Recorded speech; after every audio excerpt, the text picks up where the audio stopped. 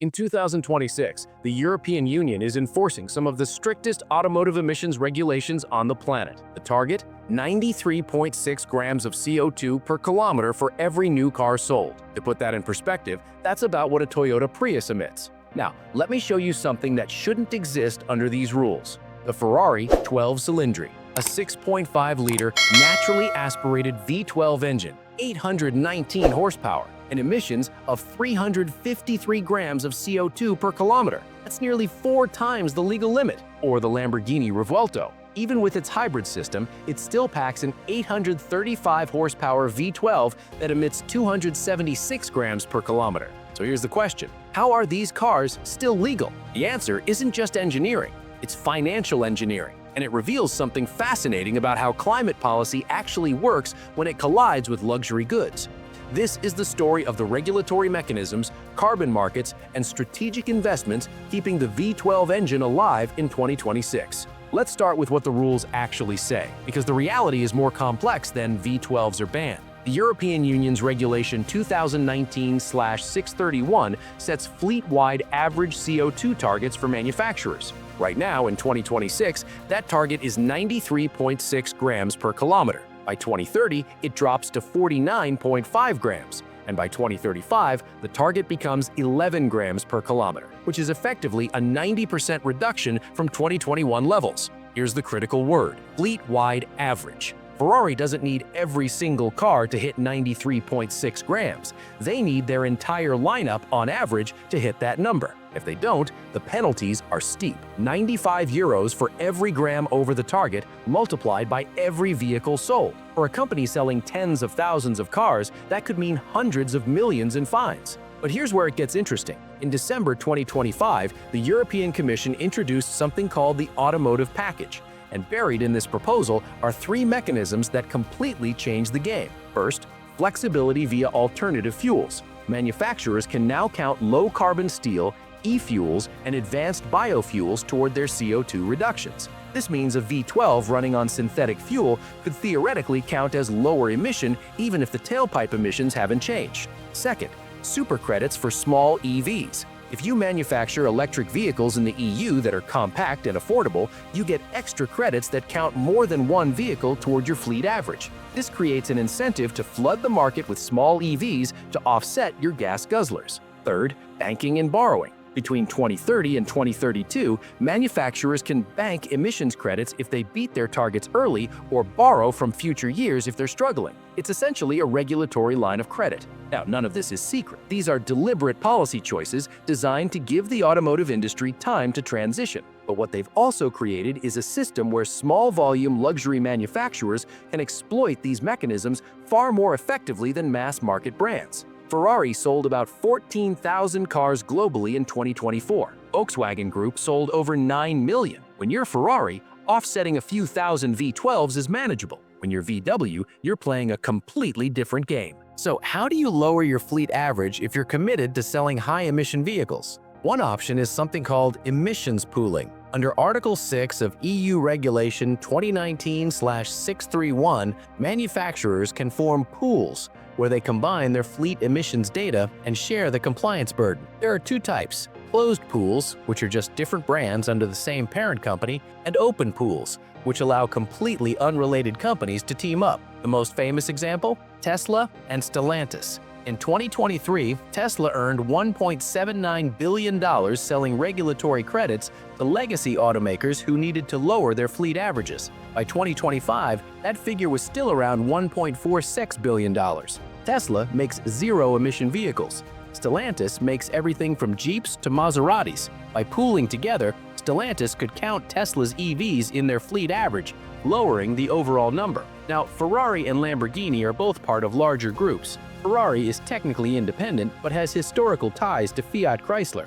Now Stellantis. Lamborghini is owned by Volkswagen Group. In theory, both could pool with their parent company's EV divisions. But here's where the strategy gets more interesting. After the 2025 regulatory changes, the incentive to pool has actually decreased. Why? Because the new rules allow 3-year averaging from 2025 to 2027, which smooths out annual fluctuations. And the flexibility mechanisms I mentioned earlier mean manufacturers have more options to comply on their own. So instead of pooling, we're seeing something else: strategic partnerships and direct investments in carbon offset projects. This is where things get really interesting, because Ferrari and Lamborghini aren't just complying with EU vehicle regulations. They're also pursuing something called carbon neutrality for their operations. Let me break down what that means with real numbers. In 2024, Ferrari's operations produced emissions. To offset those, they purchased and canceled 77,691 metric tons of CO2 equivalent in carbon credits. These came from a project in Canada, verified under the Verified Carbon Standard, or VCS. The project helps small and medium enterprises reduce their emissions. Lamborghini has been doing something similar since 2015. They claim on-balance carbon neutrality, meaning they offset all their Scope 1 and Scope 2 emissions, which are the direct emissions from their factories and energy use. In 2024, they offset approximately 10,000 metric tons through projects including forest conservation initiatives under the RED+ framework. Now, neither company publicly discloses exactly how they allocate these offsets, but sustainability reports strongly suggest these cover operational emissions, not the lifetime emissions of every V12 they sell. But here's the part that matters: the infrastructure and financial relationships they're building in the carbon markets. Carbon credits aren't all created equal. In 2025, the Integrity Council for the Voluntary Carbon Market, or ICVCM, approved 36 different methodologies for what they call CCP-labeled credits. These are considered higher quality offsets. The approved categories include landfill gas capture, destruction of ozone-depleting substances, and certain forestry projects. As of December 2025, there were approximately 51 million CCP-labeled credits on the market that hadn't been retired yet. And the price? It varies wildly, but quality credits often trade well above the EU emissions trading system, which right now is hovering around 84 euros per ton, with forecasts suggesting it could hit 93 euros by the end of 2026. Here's where Brazil comes in. One of the largest carbon offset projects in South America is called Green.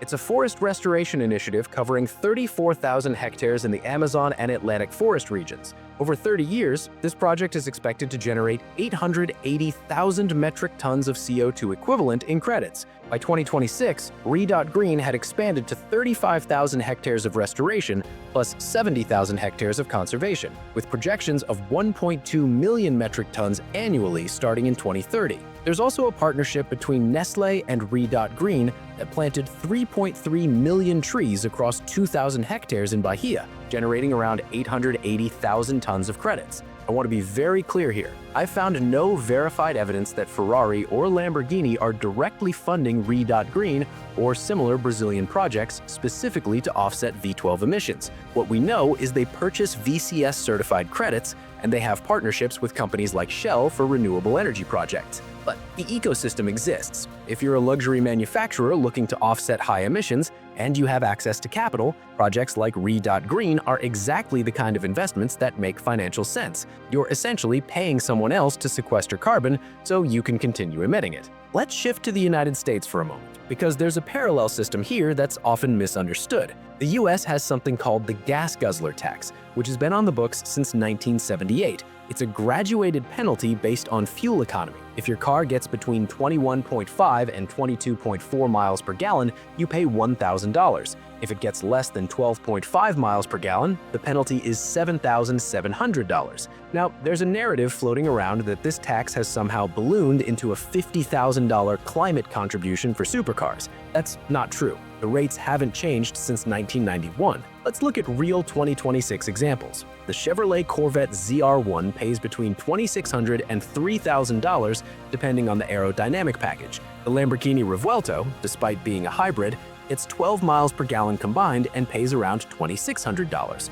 So yes, there is a luxury surcharge embedded in American emissions policy, but it's in the thousands, not tens of thousands. And here's the kicker. For buyers spending $500,000 on a Revuelto or $400,000 on a 12-cylindry, an extra $3,000 is a rounding error. The US system is far less sophisticated than Europe's. There's no pooling, no banking, no super credits, just a flat penalty that buyers absorb without blinking. What's more interesting is that American manufacturers increasingly care about EU compliance, because Europe is a massive market. So even if you're Ford or GM, you're designing vehicles with European CO2 targets in mind. So let's step back and ask the bigger question. Is this a scam? Or is this just how climate policy works? The term you'll sometimes hear in academic circles is regulatory capitalism. It's the idea that instead of banning harmful activities outright, governments create markets for the right to engage in those activities. Carbon credits, emissions allowances, offset mechanisms.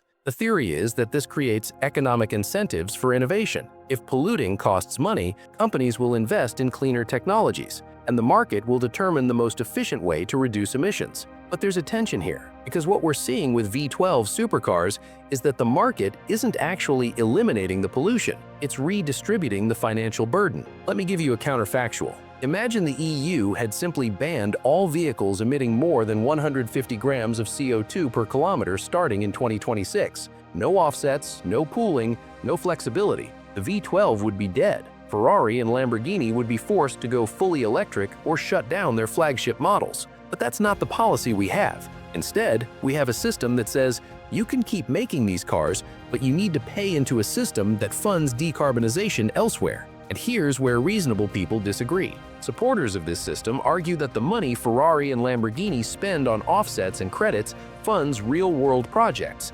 Green is restoring forests that wouldn't exist without that capital. Landfill gas capture projects are preventing methane emissions. This is additional climate action that happens because luxury car profits flow into carbon markets. Critics argue that this is greenwashing, that carbon offsets allow wealthy individuals to keep polluting while poor communities bear the brunt of climate change, that the entire system is designed to preserve high-margin industries at the expense of real emissions reductions. Both sides have a point. What's undeniable is that we've created a two-tier system. If you have enough money, climate regulations are an accounting problem, not an existential threat. If you're a mass market manufacturer trying to sell affordable cars to millions of people, the same regulations are a fundamental challenge to your business model. So where does this go from here? The December 2025 EU automotive package is still being negotiated. If it passes as proposed, the 2035 target will be a 90% reduction instead of 100%, with 10% flexibility for e-fuels, biofuels, and low-carbon steel.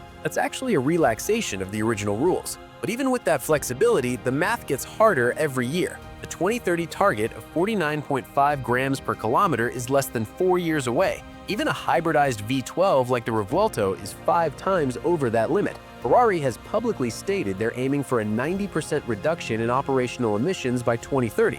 Lamborghini is targeting carbon neutrality across their value chain, but neither has announced plans to eliminate the V12. What they're betting on is that the combination of offsets, alternative fuels, and regulatory flexibility will buy them another decade, maybe 2. Honestly, they're probably right, because here's the thing about climate policy. It's not designed by environmentalists in a vacuum. It's designed by negotiators balancing economic interests, political realities, and scientific imperatives. When you're talking about an industry that employs hundreds of thousands of people and generates billions in revenue, outright bans are politically difficult. So instead, we get markets, credits, offsets, loopholes if you want to be cynical, flexibility mechanisms if you want to be charitable. The V12 isn't surviving because manufacturers found a scam. It's surviving because the policy was designed to let it survive, as long as someone, somewhere, is paying the climate bill. In 2026, you can still buy a Ferrari with a naturally aspirated V12. You can still hear that engine scream to 9,250 RPM. You can still feel 819 horsepower delivered through a 7-speed transmission. But you're not just buying a car, you're buying into a system where emissions are a commodity, where carbon credits flow from Italian factories to Brazilian forests, where luxury exists in a separate regulatory universe from the rest of us. Whether that's innovation or inequality depends on who you ask. One thing is certain, V12 isn't dead yet. It won't be as long as the math works.